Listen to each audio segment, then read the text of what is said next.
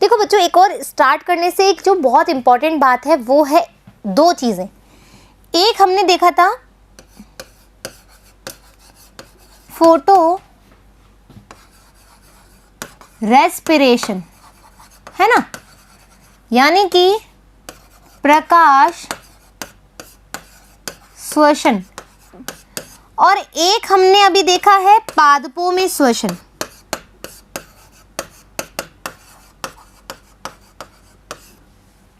दो बातें हैं ये, दो बातें हैं।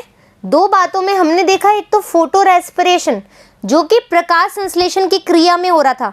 इस फोटो रेस्पिरेशन में क्या हो रहा था कि भैया O2 का यूज आ रहा था और CO2 जो थी उसको बाहर रिलीज कर रहे थे। ये चीज हो रही थी, O2 का उपयोग आ रहा था, CO2 को बाहर रिलीज कर रहे थे। ये फोटो रेस्पिरेशन में हो रहा था। अलग सी कंडीशन थी ये C3 प्लांट के अंदर, एक अलग सी रीजन था ये, ठीक है। ये सिर्फ गर्मियों के ज़्यादा हाईलाइट और हाई टेम्परेचर पे ही ये चीज़ हो रही थी, ठीक है। हाईलाइट और हाई टेम्परेचर पे ये रिएक्शन हो रही थी। लेकिन पादपों में जो श्वसन है ना वो अलग बात है। पादपों में श्वसन क्या है, ये जनरली क्या करते हैं, ये जनरली O2 को ग्रहण करते हैं। कहाँ से, बाहर से, और CO2 को बाहर रिलीज करते हैं। आप यही सोच रहे होंगे ना कि मैडम ऐसा तो नहीं होता। तो बच्चों ये होता है किसमें, प्रकाश संश्लेषण में होता है कि वो CO2 को ग्रहण करते हैं और O2 को बाहर निकालते हैं। लेकिन पादपों में भी श्वसन होता है, और पादपों में श्वसन के दौरान जैसे हम रेस्पिरेशन करते हैं, O2 लेते हैं, CO2 बाहर छोड़ते हैं, तो पादपों में श्वसन मानव श्वसन के समान ही है। ये दोनों एक ही क्रिया है, अलग अलग क्रिया नहीं है। लेकिन ये अलग चीज है, ये सिर्फ पादपों में होती है और प्रकाश संश्लेषण के दौरान होती है। ये जो है ये नॉर्मली चलती है। Clear that? कोई भी बच्चा पादप श्वसन और फोटो रेस्पिरेशन को एक साथ मिक्स ना करे। Both are different thing in different condition, ठीक है। समझ में आ गई बात? यहाँ तक क्लियर दैट? कोई भी एक मन में डाउट नहीं होना चाहता है, चाहिए कि कोई भी आप चीजें कैसे क्लियर कर रहे हो, ठीक है। आ जाओ अब। इस प्रश्न का कोई परोक्ष उत्तर नहीं है, सीरियसली नहीं है, ठीक है। तो मैं सोच रही हूँ कि ये सारी कहानियां गाने से पहले मैं तुम्हें एक स्लाइड लेकर के समझा दूं पहले, वो ज्यादा है, अच्छा है। मतलब मैं समझा दूंगी तो मेरे को भी तसल्ली होगी कि मैं तुम्हें गलत नहीं पढ़ा रही हूँ, मैं तुम्हें मतलब रटा नहीं रही हूँ। मुझे रटाना पसंद ही नहीं है क्योंकि। अब आ जाओ,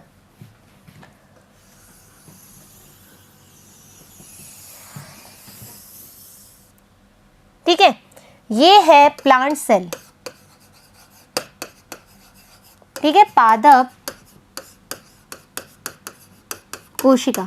हमारा टॉपिक क्या है पार्ट 2 का कि पादपों में श्वसन का कारण क्या है, क्यों जरूरी है पादपों में श्वसन, ठीक है। ये बात हमने बोली। तो यहां पर तुम देखोगे, रुको, कलर अलग अलग लेंगे, सुंदर लगेगा।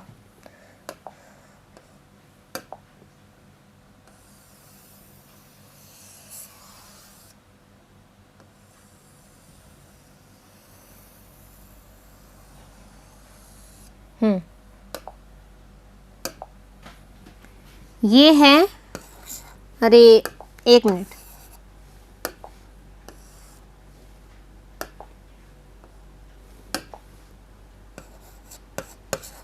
माइटोकॉन्ड्रिया,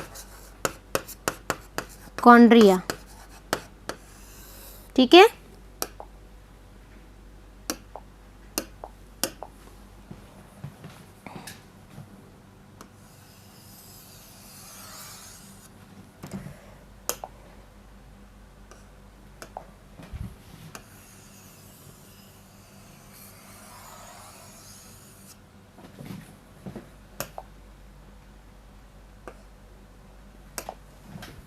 ये है क्लोरोप्लास्ट।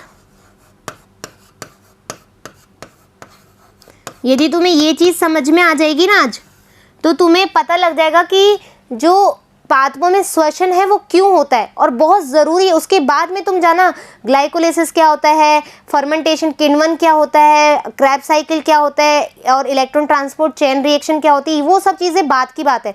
इंपॉर्टेंट ये है कि तुम्हें पहले ये पता लग जाए कि पादपों में श्वसन हो क्यों रहा है, प्रकाश संश्लेषण पे ये कैसे डिपेंड है, वो चीज़ तुम्हें पता होनी चाहिए, ठीक है। और ये है हमारा साइटोप्लाज्म कोशिका द्रव्य,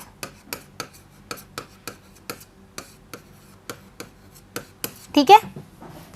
तीनों चीज समझ में आ गई। 3 भाग ले रहे हैं अपन एक कोशिका के, क्या ले रहे हैं, क्लोरोप्लास्ट ले रहे हैं, माइटोकॉन्ड्रिया ले रहे हैं और साइटोप्लाज्म ले रहे हैं।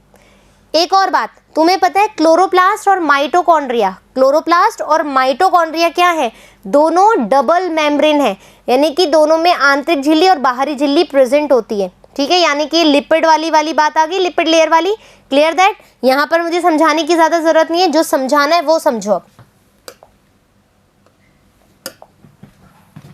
ये है हमारे सन चाचू,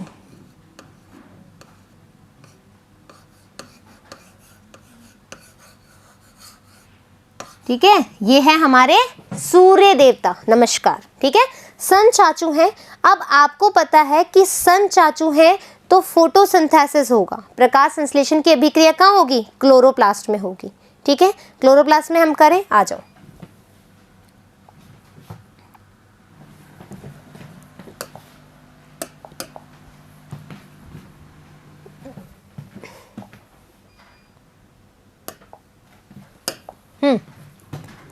CO2 हमारे पास होती है, H2 हम लेते हैं, ठीक है। कहाँ पर हो रही है ये, ग्रेनम में, थाइलेकॉइड में हो रही है रिएक्शन, पता है ये बात। इससे हमारे पास क्या बनता है,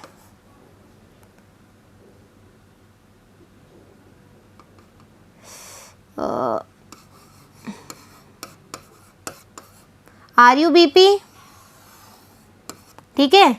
यहाँ पर अपने पास क्या काम आएगी, ये CO2 काम आ जाएगी, प्रकाशिक अभिक्रिया और अप्रकाशिक अभिक्रिया दोनों चल रही है।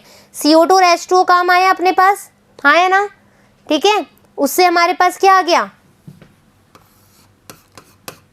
ADP से ATP बना लिया था अपन ने, और इसी के साथ अपन ने क्या बना लिया था,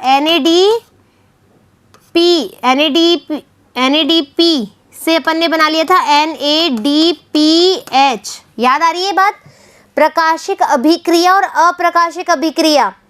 यहाँ से अपन ने CO2 लिया और CO2 से क्या कर लिया, 3PGA और ट्रायोस फॉस्फेट और वापस से रीजनरेशन। ये चीज़ मैं दोबारा नहीं बता रही हूँ, बस तुम्हें ये पता होना चाहिए कि यहाँ से क्या बन रहा है अपने पास, ग्लूकोज। यहाँ से क्या बन रहा है, ग्लूकोज बन रहा है। याद आ रही है बात। तो तुमने देखा क्लोरोप्लास्ट में प्रकाशिक और अप्रकाशिक अभिक्रिया हो रही है, प्रकाशिक और अप्रकाशिक अभिक्रिया हो रही है। प्रकाशिक अभिक्रिया से तुमने ATP और NADPH बनाया था, ठीक है। ATP और NADPH बनाया था। ATP ऊर्जा के रूप में यूज आ रहा था और NADPH कार्बोक्सिलेशन में, रिडक्शन अभिक्रिया में काम आ रहा था, रिड्यूसिंग मॉलिक्यूल के रूप में। याद आ रहा है। और ये क्या कर रहा है, ग्लूकोज मॉलिक्यूल बना रहा है, ग्लूकोज मॉलिक्यूल बना रहा है। और जो पौधप है, जो प्लांट है, वो उसको स्टार्च के रूप में क्या कर रहा है, संचित कर रहा है। क्लियर दैट, ये बात समझ में आ गई। जो ग्लूकोज बना है वो स्टार्च के रूप में संचित हो रहा है। अब क्या हुआ, ठीक है, ये जो ग्लूकोज है ये कहाँ चला गया, साइटोप्लाज्म में। ये जो ग्लूकोज है, यहां लिख लो, ये जो ग्लूकोज है ये कहाँ गया, साइटोप्लाज्म में।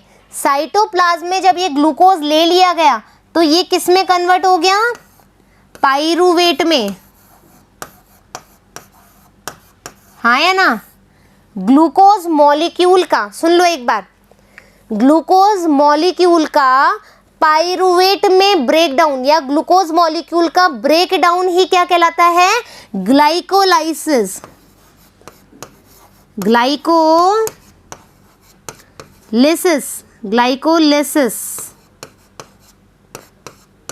ठीक है, ग्लाइकोलिसिस कहलाता है ग्लूकोज मॉलिक्यूल का टूटना, ठीक है, ग्लाइकोलिसिस कहलाता है। ग्लाइकोलिसिस हमेशा कहाँ होता है? साइटोप्लाज्म में होता है, ठीक है, कहाँ होता है? साइटोप्लाज्म में होता है। यहाँ तक क्लियर? आई बात समझ में? तो ग्लाइकोलिसिस समझ में आ गया। इस ग्लाइकोलिसिस की वजह से क्या होता है?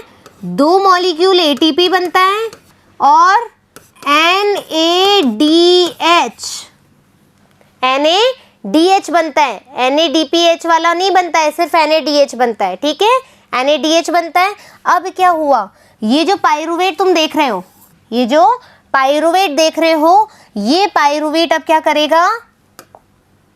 ये जाएगा माइटोकॉन्ड्रिया में। ये पाइरुवेट जो है ये जाएगा माइटोकॉन्ड्रिया में, और माइटोकॉन्ड्रिया में क्या होगा? नहीं, एक मिनट रुको, कलर चेंज करना पड़ेगा।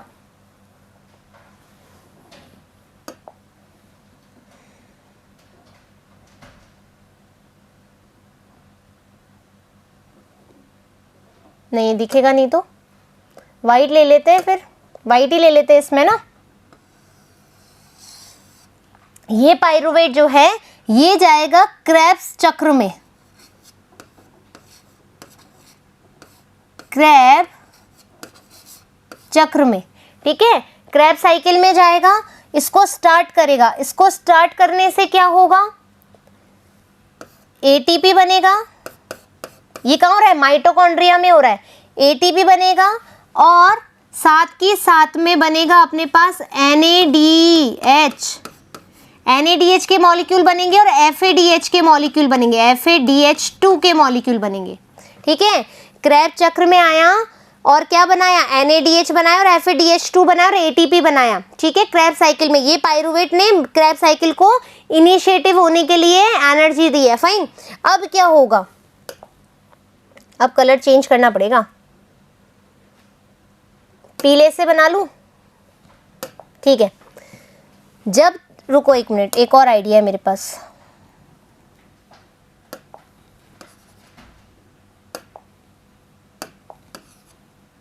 हाँ ये ठीक है। अब देखो, अब यहाँ पर तुमने देख लिया कि पहला चला ग्लाइकोलिसिस और पहले चला अपना फोटोसिंथेसिस। यहाँ हुआ प्रकाश संश्लेषण की अभिक्रिया।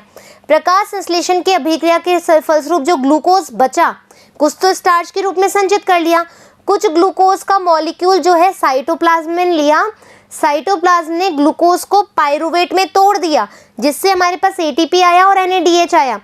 NADH ने एनर्जी बना ली, इस ग्लूकोज का ब्रेकडाउन हुआ और इसको हम क्या बोल रहे हैं? ग्लाइकोलिसिस। ग्लाइकोलिसिस रिएक्शन कहाँ हो रही है? साइटोप्लाज्म में हो रही है। और ये ग्लाइकोलिसिस जब हो रही है तो उसके बाद क्या हो रहा है? ये चीज़ तुम्हारे को कहाँ काम आ रही है? क्रेब साइकिल में, जो माइटोकॉन्ड्रिया में। माइटोकॉन्ड्रिया से जब क्रेब साइकिल चला तो एटीपी बना, NADH बना और FADH2 बना। अब क्या होगा? सुनो, यहां पर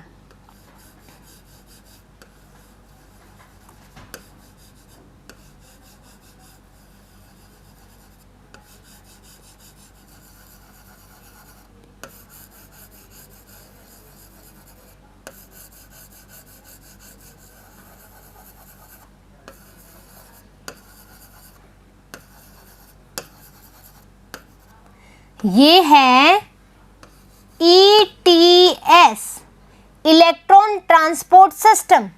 ETS, इलेक्ट्रॉन ट्रांसपोर्ट सिस्टम। देखो बच्चों, याद नहीं रहे तो लिख लो क्योंकि जगह कम है अपने पास। ETS, electron transport system.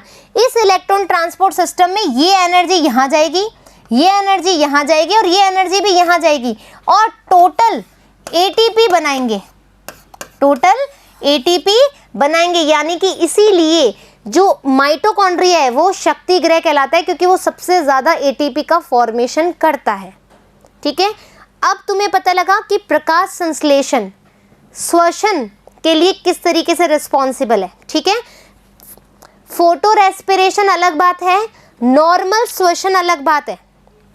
अब क्या होगा? सुनो, यहाँ से जब ये चलेगा, ठीक है, यहाँ पर तुम्हारे पास क्या आया था?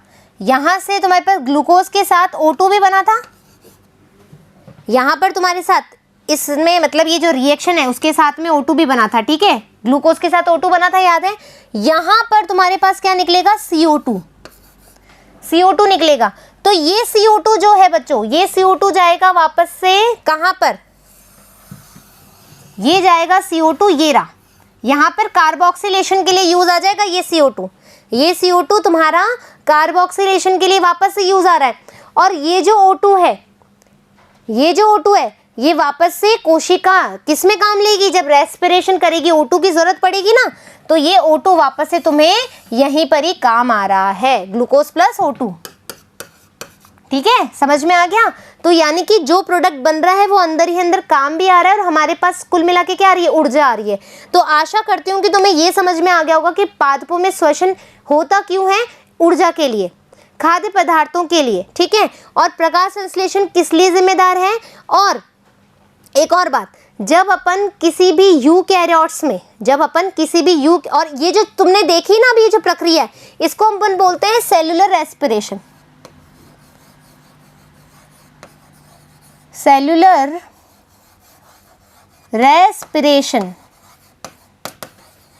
ठीक है, कोशिकीय श्वसन। तो एक बार स्क्रीनशॉट ले लो इसका,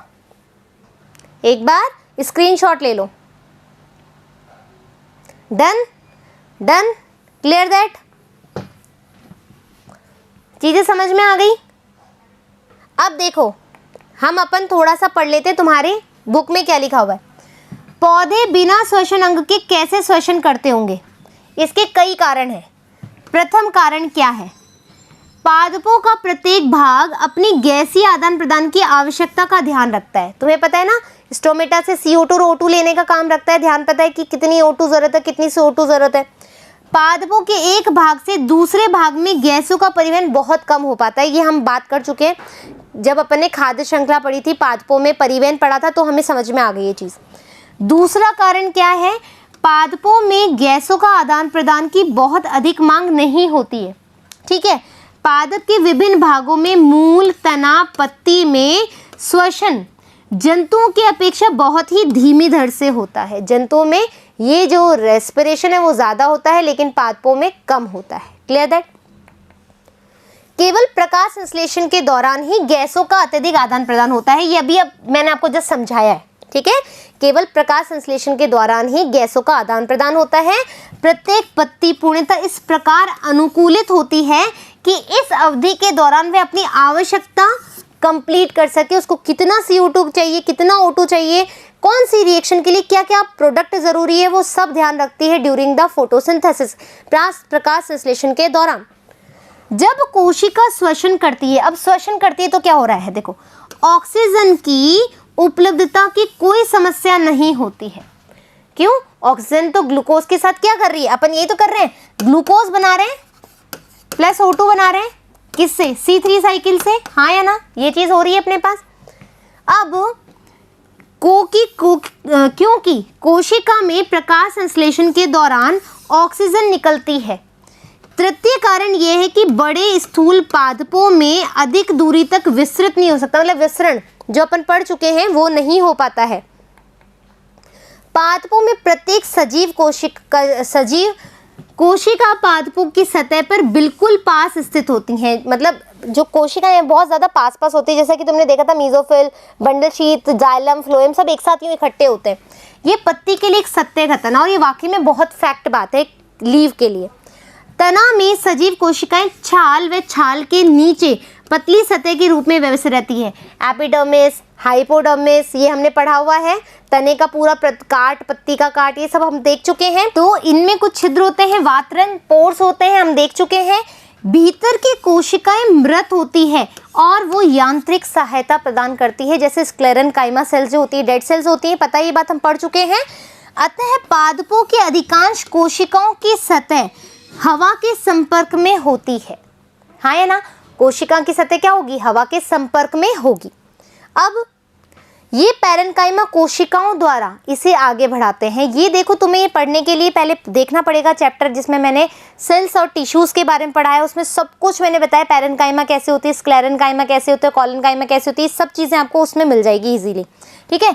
ये पैरेन्काइमा कोशिका के द्वारा इसे आगे बढ़ाते हैं और वायु रिक्तिकाओं के आपस में जुड़े हुए जल रूपी रचना के कारण ये संभव होता है। और पादपों में जो गमन वाला चीज़ें हैं वो भी तुम उससे रिलेट कर सकते हो चैप्टर को। ग्लूकोज के नियंत्रित संपूर्ण ऑक्सीकरण के दहन से अंतिम उत्पाद के रूप में कार्बन डाइऑक्साइड और जल H2 के साथ ऊर्जा निकलती है, ये अपन देख चुके हैं, ठीक है, जिसका सर्वाधिक भाग ऊष्मा के रूप में निकल जाता है। कैसी रिएक्शन होगी?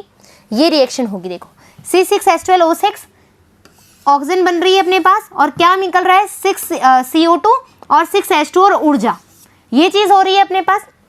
यदि यह ऊर्जा कोशिका के लिए आवश्यक है तो इसका उपयोग कोशिका दूसरे अणुओं के संश्लेषण में होना चाहिए। भाई और प्रोडक्ट बनाए ना, ये बहुत इंपॉर्टेंट है। तो पादप कोशिकाओं में इस तरह भोजन बनाती है जिससे कि ग्लूकोज के अणु, भोजन बनाने वाली बात, स्टार्च क्या है भोजन के रूप में तो संचित होता है, ग्लूकोज के अणु का अपचय निकलने वाली संपूर्ण ऊर्जा मुक्त ऊष्मा के रूप में न निकल पाए। यानी कि जो जितनी भी एनर्जी तुमने बनाई, जितना भी एटीपी निकला है, वो उसको फ्री ऊर्जा के रूप में या फ्री एनर्जी के रूप में नहीं देने चाहती है, वो स्टार्च को संचित कर रही है ताकि आगे जाकर के जब वो ग्लूकोज का अपन उपयोग लेंगे किस में, ग्लाइकोलिसिस में, क्रैब साइकिल में, ईटीएस में, तो वो काम आएगी ना अपन को, फूड के रूप में तो आ ही रही है, इसके अलावा और सिस्टम को चलाने के लिए, श्वसन की क्रिया करने के लिए भी तो काम आ रही है। तो वो चीज़ ही कौन देखता है? प्लांट देखता है कि हमारी कोशिकाओं से सारी एनर्जी ऐसे फ्री ना निकल जाए, ठीक है। मुख्य बात यह है कि ग्लूकोज का ऑक्सीकरण एक चरण में ना होकर के, तुम्हें पता है जब ग्लूकोज का ग्लाइकोलिसिस अपन पढ़ेंगे ना तो वो 10 स्टेप्स में होती है, 10 स्टेप्स 10 चरण चाहिए होते हैं उसकी रिएक्शन को करने के लिए। तो जिनमें कुछ चरण इतने बड़े होते हैं कि इनसे निकलने वाली पर्याप्त ऊर्जा एटीपी के संश्लेषण में उपयोग में आ जाती है। मतलब कुछ चरण इतने ज़्यादा बड़े हैं कि वो एटीपी का सिंथेसिस करने में ही यूटिलाइज हो जाते हैं। श्वास की क्रियाविधि के दौरान ऑक्सीजन का उपयोग होता है, अभी हमने देखा है भाई, नहीं देखा क्या तुमने? देखो ऑक्सीजन का उपयोग हो रहा है, तभी अपने पास क्या आ रहा है? कार्बन डाइऑक्साइड आ रही है, ऊर्जा आ रही है, रिलीज हो रही है बाहर, और कार्बन डाइऑक्साइड और जल तथा ऊर्जा उत्पाद के रूप में निकलती है। अभी जस्ट हमने देखा है, ठीक है। दहन अभिक्रिया के लिए ऑक्सीजन का आवश्यकता होती है, जो दहन क्रिया होगी उसके लिए ऑक्सीजन की आवश्यकता होगी, परंतु कुछ कोशिकाएं ऑक्सीजन की उपस्थिति में ही और अनुपस्थिति में भी जीवित रहती है। यानी कि जो जो होते हैं अनऑक्सी होते हैं और ऑक्सी होते हैं, यानी कि ऑक्सीजन की प्रेजेंस बहुत ज़रूरी होती है, और कुछ जो जीव होते हैं वो ऑक्सीजन के बिना या ऑक्सीजन के अभाव के बिना भी जीवित रह सकते हैं, ठीक है, यानी श्वसन क्रिया कर सकते हैं। आज भी उपलब्ध सजीवों में हम जानते हैं कि कुछ अनऑक्सी यानी कि ऑक्सीजन रहित वातावरण हेतु अपने आप को अनुकूलित कर सकते हैं। जैसे कुछ जीव हमारी बॉडी में जाते हैं तो वो क्या करते हैं, हमारे अब अंदर की तरफ तो गैसेस नहीं है ना, वो तो बाहर और अंदर हो रही है, अंदर की तरफ गैसेस छोड़ना है, तो वो किसी पार्ट में रह रहे हैं तो तुम्हें ये नहीं लगता है कि वो बाहर सांस लेने थोड़ना आएगा पहले, कि पहले अंदर गया, बॉडी को इन्फेक्ट किया, फिर वापस से 2 मिनट बाद सांस लेगा, फिर वापस अंदर जाएगा, फिर बाहर जाएगा, ऐसे तो पॉसिबल ही नहीं है। तो वो क्या करते हैं, ऐसा वातावरण, अनऑक्सी वातावरण जहाँ पर ऑक्सीजन नहीं होती है, वहाँ पर भी सर्वाइव करने की कैपेबिलिटी उनमें होती है। इनमें से कुछ विकल्पीय अनऑक्सी होते हैं, विकल्पीय यानी कि उनके पास विकल्प है, जबकि कुछ अनऑक्सी स्थिति में की ही आवश्यकता अविकल्पीय होती है, ठीक है। किसी के पास विकल्प होता है, किसी को विकल्प की आवश्यकता नहीं होती है। हर स्थिति में सभी जीवों में एंजाइम तंत्र होता है, जितने भी रिएक्शन हो, चाहे वो एरोबिक हो चाहे वो एनारोबिक हो, अनऑक्सी हो ऑक्सी हो, दोनों के ही लिए एंजाइम बहुत इंपॉर्टेंट होते हैं। ग्लूकोज को बिना ऑक्सीजन की सहायता के रूप में आंशिक रूप से ऑक्सीकृत करता है, ठीक है। इस प्रकार ग्लूकोज का पायरुविक अम्ल में विघटन ग्लाइकोलिसिस कहलाता है, जो हमने यहां पढ़ा है। ग्लूकोज का पायरुविक अम्ल में, ठीक है, पायरुविक अम्ल में, कुछ लोग पायरुवेट और पायरुविक अम्ल में कंफ्यूज होते हैं, तो दोनों एक ही बात है, ठीक है। पायरुविक अम्ल में अपघटन, विघटन क्या कहलाता है? ग्लाइकोलिसिस कहलाता है, ये अभी हमने देखा है। आ जाओ, तो इस प्रकार ग्लूकोज का पायरुविक अम्ल में विघटन ही ग्लाइकोलिसिस कहलाता है। तो अब तुम्हें समझ में आ गया है कि किस तरीके से एक प्लांट में श्वसन रिक्वायरमेंट होता है, क्यों होता है वो भी हम देख चुके हैं। प्रकाश संश्लेषण पे निर्भरता क्यों होती है वो भी हम देख रहे हैं। कौन कौन से सिस्टम उसको हेल्प करते हैं वो भी हमने देख लिया। ठीक है, आशा करती हूँ कि आपको ये पार्ट बहुत अच्छे से समझ में आया होगा। फिर मिलेंगे अपन ग्लाइकोलिसिस के साथ में। It's a very important topic for you, for your examination, for the NEET aspirant. तो जल्दी ही मिलेंगे, जब तक धन्यवाद।